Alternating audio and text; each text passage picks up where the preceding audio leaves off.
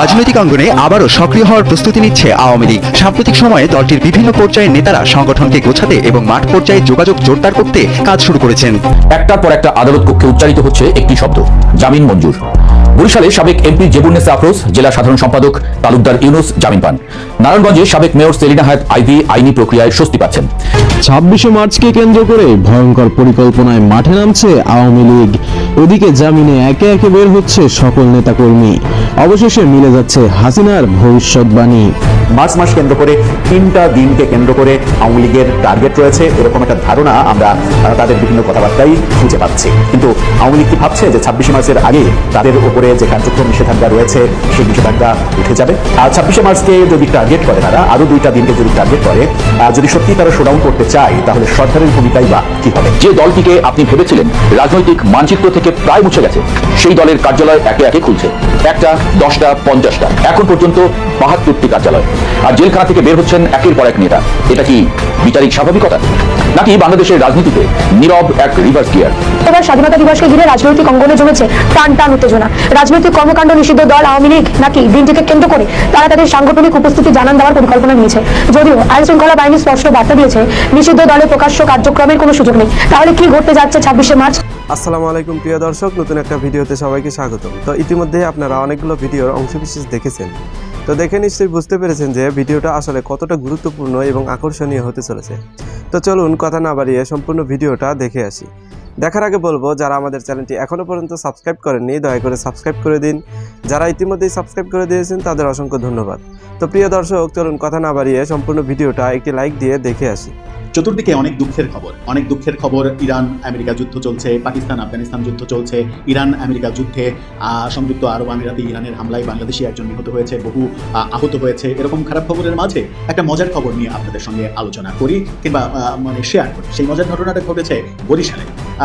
BNP সরকার আসার পরে, professor Yunus সরকারের অবসান হওয়ার পরে আওয়ামী লীগের কেউ সম্ভবত এরকম ভাবনা তাদের মাথায় ঢুকে গেছে যে তারা অর্ধেক আবার ক্ষমতায় এসেই গেছে, তারা অর্ধেক প্রত্যাবর্তন করেই ফেলেছে।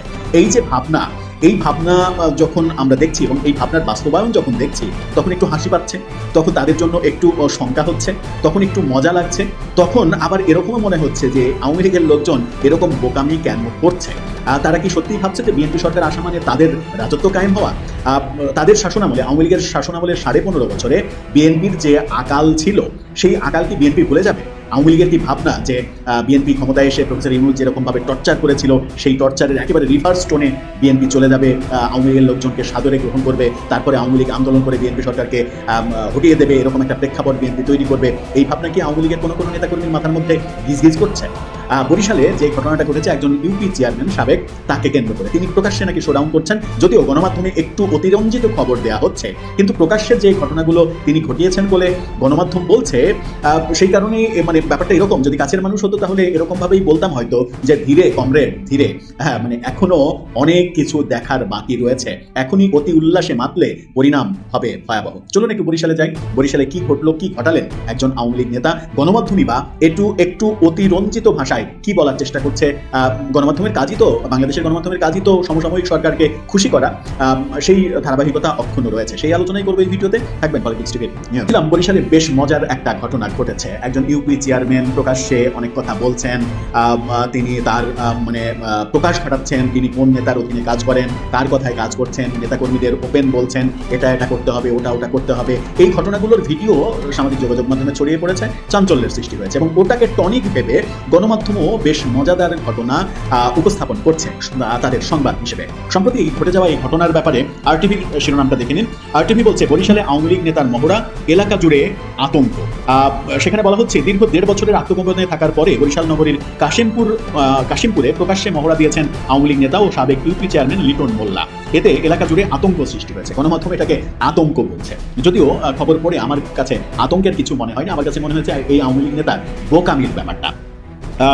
নগরীর গাড়িয়ার পাড় এলাকায় একটি প্রাইভেট কার নিয়ে দলীয় নেতাকর্মীদের মধ্যে তার উপস্থিতির ভিডিও ছড়িয়ে পড়লে চরম উত্তেজনা এবং আতঙ্ক তৈরি হয়, এমনটা বলছে গণমাধ্যম। ভিডিওতে দেখা গেছে সদর উপজেলার কাশিমপুর ইউনিয়নের সাবেক চেয়ারম্যান ও ইউনিয়ন আওয়ামী লীগের সাবেক সাধারণ সম্পাদক কামাল হোসেন লিটন মোল্লা একটি প্রাইভেট কারে প্রকাশ্যে ঘুরে শোডাউন করছেন। তো প্রকাশ্যে ঘুরলে সমস্যা কি? প্রকাশ্যে ঘুরলে কি কোনো সমস্যা? মানে তিনি আমি জানি না তিনি কোনো খুনের আসামি কিনা, তিনি কিংবা চিহ্নিত তিনি কোনো ক্রিমিনাল কিনা যিনি প্রকাশ্যে ঘুরছেন, আতঙ্ক ছড়াচ্ছেন ব্যাপারটা। কিন্তু আমার কাছে মনে হয়েছে যে বোকামির ব্যাপারটা, যে এই বোকামিটা এখনই করা শুরু করেছে তারা। এ সময় গাড়ি থেকে নেমে দলীয় নেতাকর্মীদের বিভিন্ন দিক নির্দেশনা দিয়ে লিটন মোল্লা বলেন, দলের নির্দেশ এখন সবাই ঠান্ডা থাকতে হবে। ভালো কথা, এটাই তো নির্দেশ হওয়ার কথা। এখন কোনো ঝামেলা করার সময় না। আমার নির্দেশের বাইরে গিয়ে কেউ কোনো ঝামেলা যদি করো তাহলে তার জন্য কঠিন শাস্তি ভোগ করতে হবে। ভালো কথা বলেছেন। তাহলে আতঙ্ক তৈরি হলো কিভাবে? এ সময় তাকে আরো বলতে শোনা যায়, আমি আবুল হাসনাত আব্দুল্লাহ ও সেরনিয়াবাদ সাদিক আব্দুল্লাহর নির্দেশনা ছাড়া কোনো কাজ করি না। এদিকে তারা গণমাধ্যম আবার বিভিন্ন লোকের সঙ্গে কথা বলেছে। কাশিমপুর এলাকার বাসিন্দা আবির আহমেদ তিনি গণমাধ্যমকে বলেছেন, আওয়ামী লীগের 17 বছরে, আওয়ামী লীগ 17 বছর ক্ষমতায় ছিল না টানা, আওয়ামী লীগ 15.5 বছর ছিল। আওয়ামী লীগের 17 বছরে বরিশাল নগরী ও কাশীপুর এলাকায় সন্ত্রাসী কর্মকাণ্ড চালিয়েছিল কাদের মোল্লার 3 ছেলে, কালাম মোল্লা, লিটন মোল্লা ও মনু মোল্লা।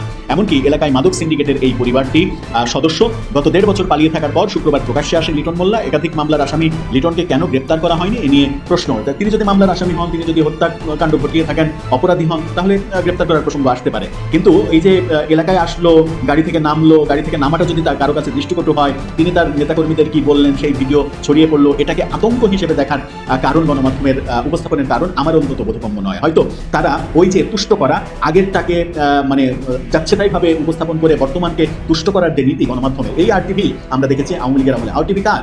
আরটিভি মোর্শেদ আলমের, আওয়ামী লীগের সাবেক এমপি। এবং আরটিভি আওয়ামী লীগের এহেনও কোনো গুণগান করেনি, নাই যা করেনি। আরটিভির বিভিন্ন জায়গায় মানে আওয়ামী লীগের বাইরের লোকজন, মানে আওয়ামী লীগের বিপক্ষের লোকজন আওয়ামী লীগের আমলেই আরটিভির বড় কর্তা হিসেবে কাজ করেছেন। যারা আওয়ামী লীগের আমলে আওয়ামী ট্যাগ খেয়েছেন, সেই কারণে খুব একটা প্রকাশ্যে আসতে পারেন না কিংবা দেশে থাকেন না, এই ব্যাপারগুলো আমরা দেখেছি। এবং মোর্শেদ আলম নিজেও সম্ভবত কারাগারে রয়েছেন। কিভাবে গণমাধ্যম রিভার্স হয়ে গেছে দেখেন।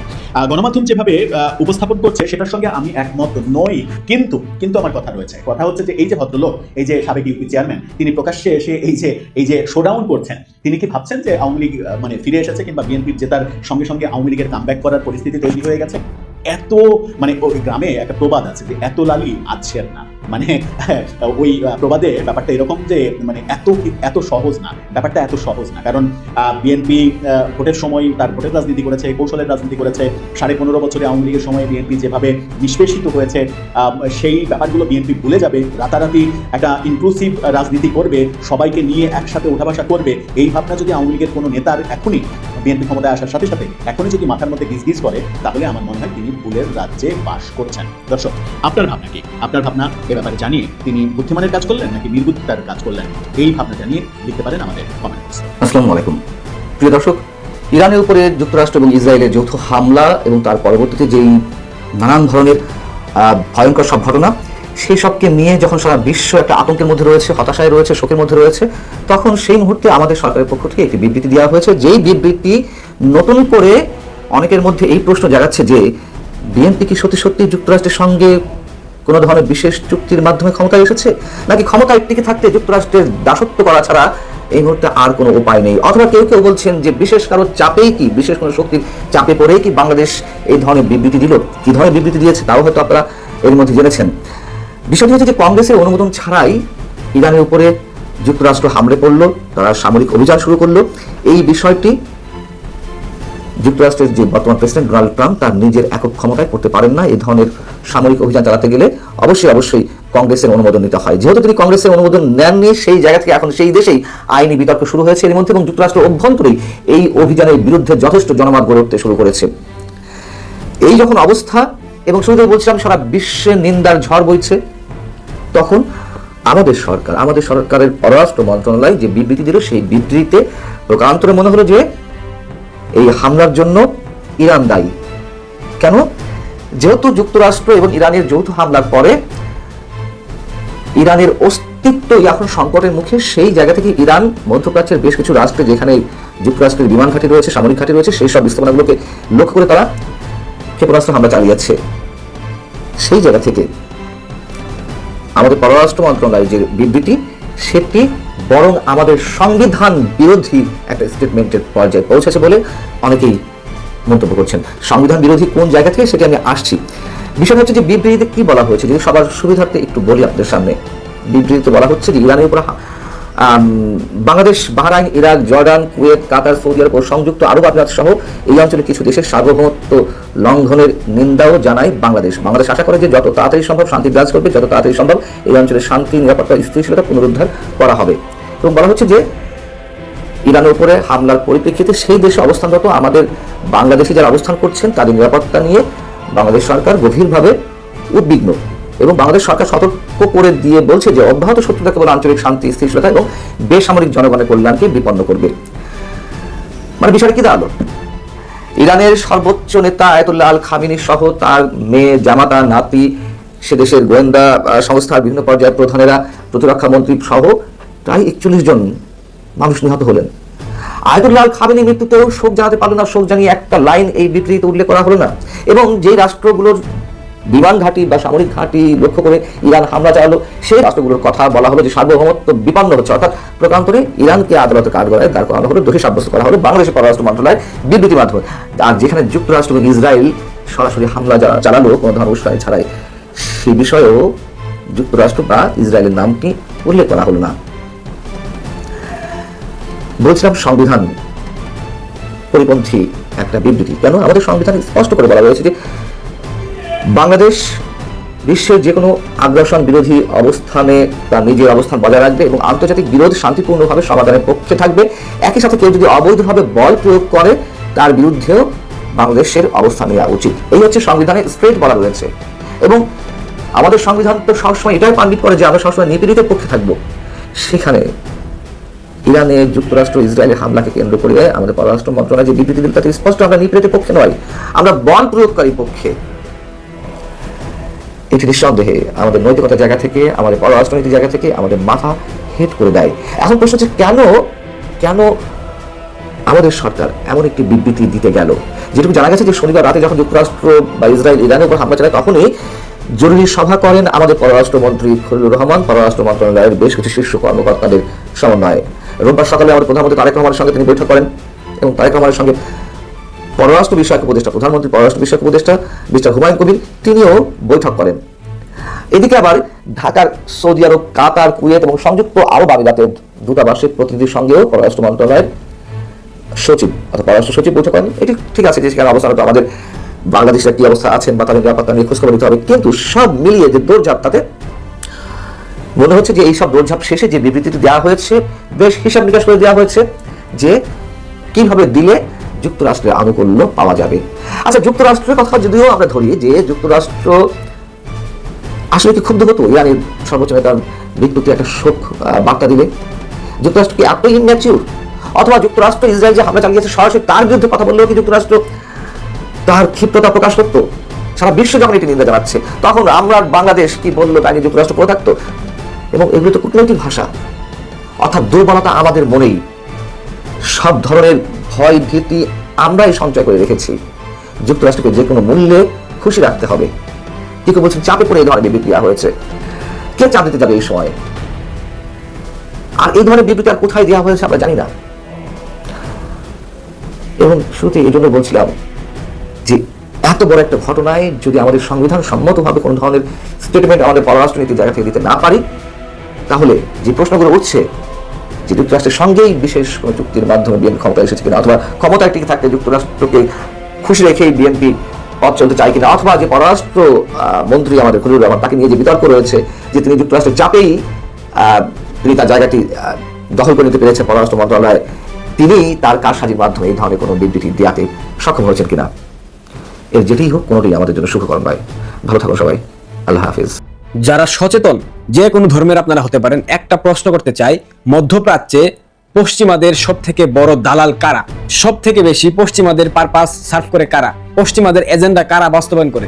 মধ্যপ্রাচ্যে পশ্চিমাদের সব থেকে বড় দালাল রাষ্ট্রের নাম সৌদি আরব। কথা বলার পর আপনারা অনেকে অনেক কথা বলতে পারেন, অনেক ব্যাখ্যা উপস্থাপন করবেন, কিন্তু একবার ভেবে নেন সৌদি আরবের হাতেও কিন্তু অসংখ্য মুসলিমের রক্ত লেগে আছে। ইরান মুসলিম বিশ্বের একটা রাষ্ট্র। ইরানে এর আগেও ইসরায়েল হামলা চালিয়েছে, কখনো একবারের জন্যও সৌদি আরবকে সেই প্রতিবাদ জানাতে দেখেছেন? দেখেন নাই। শুধুমাত্র রাষ্ট্রীয় প্রক্রিয়ায় দু একটা সমালোচনা করেছে, বাট আনুষ্ঠানিকভাবে প্রতিক্রিয়া দেওয়া, মার্কিন যুক্তরাষ্ট্রের নিন্দা জানানো, তারা কিন্তু সেটা করে নাই। তারা নির্বিঘ্নে মার্কিন যুক্তরাষ্ট্রের সাথে তাদের ব্যবসা বাণিজ্য বিনিয়োগ সবকিছু ঠিকঠাক রেখেছে। মধ্যপ্রাচ্যের প্রত্যেকটা দেশে মার্কিনীদের ঘাঁটি আছে, সামরিক ঘাঁটি। কাতার, বাহরাইন, কুয়েত, সংযুক্ত আরব আমিরাত, ওমান, সৌদি আরব, জর্ডান, ইরাক এবং সিরিয়া, প্রত্যেকটা রাষ্ট্রে মার্কিনীদের সামরিক ঘাঁটি আছে। এইখানে সৌদি আরবে শুধুমাত্র সামরিক ঘাঁটি না, সৌদি আরবে মার্কিনীদের বিভিন্ন সুযোগ সুবিধা সহায়তা করবার জন্য যত ধরনের সামরিক বিষয় থাকা দরকার প্রত্যেকটা বিষয় সৌদি আরবে আছে। সুতরাং বলতেই হয় সৌদি আরব মার্কিনীদের সব থেকে বড় দালাল। বাংলাদেশের সেই তথাকথিত ধর্মীয় অনুভূতির ব্যবসায়ীরা, সেই তথাকথিত ধর্মীয় রাজনৈতিক দল জামায়াত ইসলামী গত 24 ঘন্টায় ইসরায়েল যখন ইরানে হামলা করে, এরপর থেকে বাংলাদেশের সেই তথাকথিত জামায়াত ইসলামী তাদের মধ্যে বিপ্লবী জিহাদি জোশ একদম জাগ্রত হয়েছে। অথচ গত কয়েক ঘন্টা আগে থেকে পাকিস্তান এবং আফগানিস্তানের মধ্যে যুদ্ধ চলমান ছিল। আফগানিস্তানের অসংখ্য মানুষকে হত্যা করেছে, প্রায় 226 জনের মতো মানুষ হতাহতের শিকার হয়েছে পাকিস্তানের বিমান হামলায়, এবং পাকিস্তানের 60 জনের মতো সেনাবাহিনীর সদস্যকে কিংবা বেসামরিক নাগরিককে আফগানিস্তানের তালেবানরা ধরে নিয়ে গেছে। এই ব্যাপারে বাংলাদেশ জামায়াত ইসলামী একটা মন্তব্য করেছে? করে নাই। কারণ এখানে দুই দেশ, তাদের প্রিয় মুসলিম উম্মাহ, আর সেখানে ইসরায়েল ইরানে হামলা করেছে, মার্কিন যুক্তরাষ্ট্র ইসরায়েলকে সহায়তা করছে, মার্কিন যুক্তরাষ্ট্র যুদ্ধ ঘোষণা করেছে ইরানের বিরুদ্ধে। খোমেনির পতন তারা এবার নিশ্চিত করবে।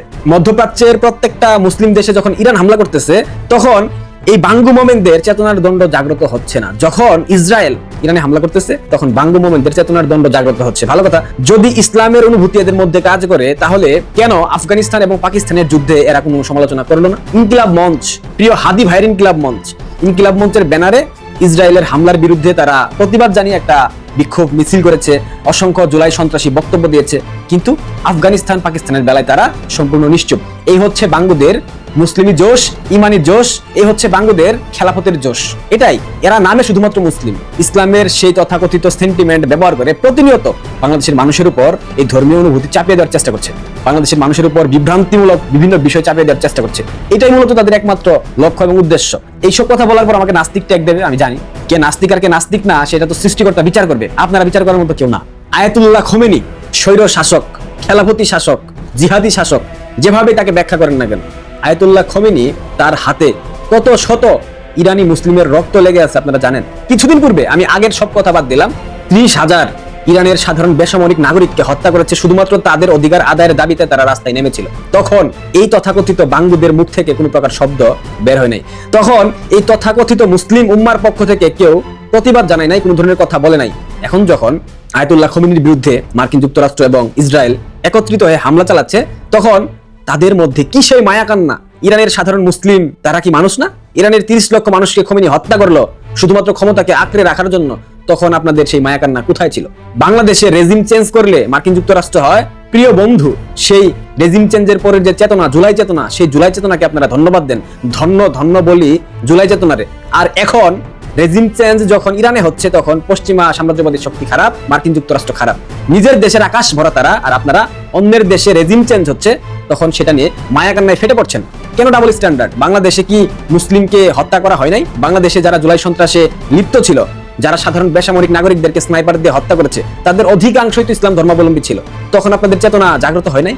এখন ইরানে হামলা চালাচ্ছে আয়াতুল্লাহ খোমেনি, যে কিনা নারী অধিকারের বিরুদ্ধে, যে কিনা স্বৈর শাসক, যার হাতে ইরানের অসংখ্য মানুষের রক্তে রঞ্জিত, কিন্তু আপনারা আয়াতুল্লাহ খোমেনির পক্ষ নিচ্ছেন। ভালো কথা, পক্ষ নেন। তাহলে শেখ হাসিনা খারাপ স্বৈরাচার আর আয়াতুল্লাহ খোমেনি ভালো স্বৈরাচার, পার্থক্য কি তাহলে এটাই? মানে আপনাদের ধারণাটা আসলে কি আমাকে একটু বলবেন। মার্কিনীরা বাংলাদেশে রেজিম চেঞ্জ করলে মার্কিনীরা হয় বন্ধু, আর যখন ইরানে রেজিম চেঞ্জ অপারেশন করতেছে তখন হয়ে গেল চিরশত্রু, সাম্রাজ্যবাদী শক্তি। মানে মাঝে মধ্যে ভাবি আপনাদের বুদ্ধি কি আসলে মস্তিষ্কে নাকি হাঁটুর নিচে? এইসব বলার পর আমাকে ট্যাগ দিতেছেন, আমি জানি, কোনো সমস্যা নাই, দিতে থাকেন। আপনারা পাকিস্তান আফগানিস্তান ইস্যুতে বোবা হয়ে থাকেন, আবার ইরান ইসরায়েল ইস্যুতে আপনারা সোচ্চার হয়ে যান। বাংলাদেশ ইস্যুতে আপনারা বোবা হয়ে থাকেন, আবার ইসরায়েল ইস্যুতে, ইরান ইস্যুতে আপনারা সোচ্চার হয়ে যান। কেন? কারণ বাংলাদেশের প্রতি আপনাদের সেই ন্যূনতম ভালোবাসাটুকু নাই। আপনারা বাংলাদেশ নামক রাষ্ট্রকে ধারণ করেন না, আপনারা বাংলাদেশ নামক রাষ্ট্রকে কখনো চানইনি। বাংলাদেশ একটা স্বাধীন সার্বভৌম রাষ্ট্র হিসেবে বিশ্ব মানচিত্রে মাথা উঁচু করে দাঁড়ায়, এটা আপনাদের মাথার মধ্যে কখনোই ছিল না, কখনোই ছিল না, কোনোদিনই ছিল না। ইসরায়েল হামলা করেছে, মার্কিন যুক্তরাষ্ট্র অলরেডি যুদ্ধ ঘোষণা করেছে, ইরানের অনেক উচ্চপদস্থ সেনা কর্মকর্তা, প্রতিরক্ষা মন্ত্রী থেকে শুরু করে অসংখ্য কর্মকর্তা প্রাণ হারিয়েছে। এই যুদ্ধ আদৌ থামবে কিনা, কিংবা ইরান নিউক্লিয়ার যুদ্ধের দিকে আগাবে কিনা, সেটা নিয়ে যথেষ্ট সন্দেহ আছে। তবে এই যুদ্ধ আমার মনে হয় না সহসাই থামবে। অলরেডি ইউএই আর্মির পক্ষ থেকে একটা তারা বিবৃতি দিয়েছে, আয়াতুল্লাহ খোমেনি মরে গিয়েছে। জানি না কতটুকু সত্য, এটার সত্যতা হয়তো আমরা কিছুদিন পর বা কয়েক ঘন্টার ব্যবধানে জানতে পারবো। যখন ভিডিওটা রেকর্ড করতেছি এরপরে হয়তো বা আমরা জানতে পারবো যে আয়াতুল্লাহ খোমেনি আর নাই। আমার কাছে মনে হচ্ছে যেহেতু প্রত্যেকটা সামরিক স্থাপনা, মার্কিন যুক্তরাষ্ট্রের প্রত্যেকটা সামরিক স্থাপনা যেগুলো মধ্যপ্রাচ্যে অবস্থিত, সেখানে হামলা চালিয়েছে ইরান। ব্যালিস্টিক মিসাইল থেকে শুরু করে সব ধরনের ক্ষেপণাস্ত্র হামলা তারা চালিয়েছে। এখন এটাকে যুক্তরাষ্ট্র খুব সহসায় স্বাভাবিকভাবে নেবে না। ইরান অলরেডি হরমুজ প্রণালী যে বন্ধ করে দিয়েছে এবং খুব শীঘ্রই আপনারা একটা বিষয় দেখতে পারবেন, পুরো বিশ্বে তেলের একটা সংকট দেখা দেবে এবং তেলের দাম অনেকাংশে বেড়ে যাবে। এটা কোনোভাবেই ভালো কোনো লক্ষণ বয়ে আনবে না এবং এর মধ্য দিয়ে তৃতীয় বিশ্বযুদ্ধ শুরু হয় কিনা এটা যথেষ্ট ভাববার বিষয়। আফগানিস্তান, পাকিস্তান, ইরান, ইসরায়েল এবং মধ্যপ্রাচ্যের প্রত্যেকটা ইসলামিক রাষ্ট্র ইরানের বিপক্ষে লেগে যাবে, এটা খুব স্বাভাবিক, কারণ ইরান অলরেডি তাদের ভূখণ্ডে হামলা চালিয়েছে। শুধুমাত্র সামরিক স্থাপনা না, বেসামরিক স্থাপনাগুলোতে হামলা চালিয়েছে। বাংলাদেশের বাঙ্গু মোমেনরা, বাংলাদেশের বাঙ্গু মিডিয়া, তারা প্রতিনিয়ত দেখবেন তাদের নিউজের হেডলাইন হবে ইরানের ভয়ে নেতানিয়াহু এবং ট্রাম্প দিশেহারা, রাশিয়ার জাহাজ ছুটে চলেছে বিদ্যুৎ গতিতে তেহরানের পথে। আর নাসার গোপন ক্যামেরায় ধরা পড়েছে বাংলাদেশ জামায়াত ইসলামের পায়ুযোদ্ধাদের যুদ্ধক্ষেত্রে যুদ্ধের ময়দানে অবতরণের দৃশ্য। এটাই হবে বাংলাদেশের আগামী দিনের মিডিয়াগুলোর হেডলাইন এবং এই মিডিয়া তারা চেষ্টা করবে সর্বোচ্চ অনলাইনে আয়াতুল্লাহ খোমেনিকে জিতিয়ে দিতে, ইরানকে জিতিয়ে দিতে, কিন্তু বাস্তবতা সম্পূর্ণরূপে ভিন্ন। ইরানের সেই সক্ষমতা নাই মার্কিন যুক্তরাষ্ট্রের একটা লোম বাঁকা করবে, এটাই বাস্তবতা। আবেগ দিয়ে যুদ্ধ হয় না, অর্থনৈতিক ব্যাপার থাকে, সামরিক সক্ষমতার ব্যাপার থাকে, ভৌগোলিক অবস্থানের ব্যাপার থাকে, সবকিছু মিলিয়ে যুদ্ধ পরিচালনা করতে হয়। সুতরাং আবেগে গা ভাসায়েন না, ভালো থাকবেন, নাস্তিক ত্যাগ দিবেন, কোনো সমস্যা নেই। ধন্যবাদ। তো প্রিয় দর্শক, আশা করছি সম্পূর্ণ ভিডিওটা মনোযোগ দিয়ে দেখেছেন। দেখে কি বুঝলেন, কি জানলেন, আপনাদের গুরুত্বপূর্ণ মতামতগুলো আমাদের কমেন্ট বক্সে জানিয়ে দিন। পারলে ভিডিওটা শেয়ার করে অন্যকে দেখার সুযোগ করে দিন। আবারও বলছি, যারা আমাদের চ্যানেলটি এখনও পর্যন্ত সাবস্ক্রাইব করেননি দয়া করে সাবস্ক্রাইব করে দিন। যারা ইতিমধ্যেই সাবস্ক্রাইব করে দিয়েছেন তাদের অসংখ্য ধন্যবাদ। তো প্রিয় দর্শক, আজকের মতো এ পর্যন্তই। দেখা হবে পরবর্তী কোনো নিউজে। ততক্ষণ সবাই ভালো থাকবেন, সুস্থ থাকবেন। আল্লাহ হাফেজ।